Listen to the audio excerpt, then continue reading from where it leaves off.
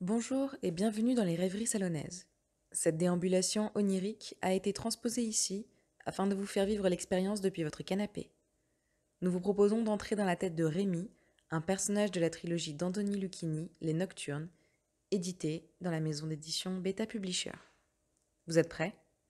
Alors nous vous invitons à plonger dans les carnets de rêves de Rémi et à vous laisser guider par ses songes. La tour de l'horloge.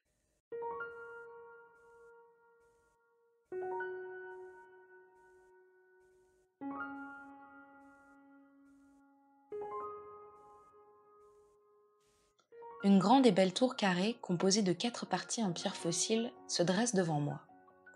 Sur sa base, 4 colonnes lisses au style ionique entourent une ouverture semblable à un tunnel pavé qui conduit je ne sais où. Au-dessus du fronton, démarre le bloc supérieur. Une gravure en pierre blanche est exposée. La loi. Je vais être jugée si je franchis ce seuil? Un frisson me parcourt. Les actes que je regrette ou que je considère comme mauvais émergent progressivement des limbes de mon esprit pour me tourmenter. Je sens déjà que je me juge moi-même.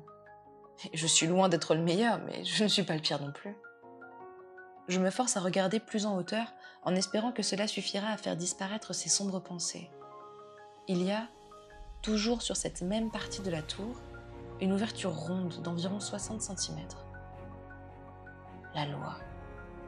Mon esprit est encore bloqué sur cette gravure. Je ne me sens pas légitime à franchir ce passage. Pourquoi? Qu'y a-t-il au fond de moi qui me fasse redouter d'avancer? Cette introspection forcée me donne mal à la tête. Je tente de me contraindre une seconde fois à regarder ailleurs. Au-dessus encore, sur un nouveau bloc aux proportions inférieures, est représenté un carré bleu au centre duquel est insérée une sphère d'une trentaine de centimètres. Elle est pour partie blanche et pour partie noire. Il me semble y reconnaître un croissant de lune, le même que celui qui est présent dans le ciel. Sur l'avant-dernière partie se trouve un grand cadran horaire blanc, arrondi aux chiffres noirs. Il est presque minuit. Un campanile en fer forgé termine l'édifice. Les extrémités de ces arabesques métalliques sont parées d'or tout comme la cloche qu'ils protègent. La grande aiguille s'aligne au-dessus de la petite. Il est minuit plein et le silence règne. Je m'étonne de ne pas entendre la cloche sonner les 12 coups. Au lieu de ça, une odeur de brûlé s'invite dans le fond de l'air et je comprends que quelque chose ne va pas. Une fumée blanche s'évade par le petit hublot en pierre. Sans réfléchir, je m'envole jusqu'à sa hauteur. L'odeur est plus vive. Mes paupières battent plus rapidement pour lutter contre une agression invisible. Je prends une grande inspiration, bloque ma respiration et passe la tête dans l'ouverture de la pierre. Une multitude de rouages crantés de différentes tailles semblent savamment imbriqués les uns dans les autres. La pièce entière en est remplie, pourtant pas un ne fonctionne. Tout est à l'arrêt. Le problème pourrait venir de n'importe où, tant l'ensemble me paraît complexe. J'aperçois, couché à même le sol, un homme brun aux yeux fermés. Il porte un bleu de travail qui est déchiré par endroits. Son bras et une de ses jambes sont mis à nu. Ses membres sont constitués de tubes transparents, à l'intérieur desquels passent des fils colorés. Il n'est pas humain, ou alors pas complètement.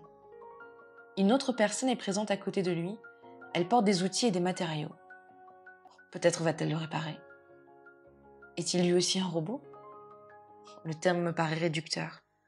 Je lis dans son regard beaucoup d'humanité et un sentiment de tristesse me remplit le cœur. Je commence à manquer d'air et je dois sortir la tête pour respirer. Au même moment, une terrible explosion se fait entendre et fait vibrer la tour. La fumée qui s'échappe est devenue noire et épaisse.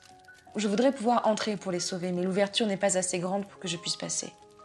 Je me sens impuissant et inutile. Des larmes ruissellent sur mes joues. L'image autour de moi commence à se brouiller et je sens que je suis en train de me réveiller. Je suis donc en train de rêver? Il est hors de question que je laisse ce rêve se terminer ainsi. Conscient à présent du côté presque illimité de mes pouvoirs, je force mon sommeil afin qu'il dure quelques instants encore et me concentre sur l'image de mon rêve afin de la stabiliser. N'ayant sûrement que très peu de temps devant moi, j'attrape le cercle en pierre de mes mains et d'un simple geste, l'élargis en repoussant les bords vers l'extérieur. J'entre dans cette salle des machines, saisis l'homme à terre d'un bras et empoigne l'autre. Alors que je vais pour m'envoler avec eux, Le second tire sur ma manche et me montre la pièce crantée dans ses mains. Apparemment, il ne parle pas, mais je comprends dans son regard que la solution n'est pas de partir, mais de réparer la mécanique. L'image grésille autour de moi. Moi, je ne saurais pas faire, mais eux, oui. Je décide alors de chasser toute la fumée à l'extérieur en expirant un long et profond souffle. Posant ma main sur le blessé, je sens une chaleur passer dans mon bras. Des roues dorées se forment dans mon esprit, et ce sont celles de cet ami qu'il faut soigner. J'envoie mon énergie bienveillante afin que refonctionnent toutes les petites pièces qui le composent. Alors que je visualise sa mécanique s'actionner, l'histoire se brouille à nouveau sans que je n'y puisse plus rien, et je me réveille satisfait. Ce rêve est sauvé.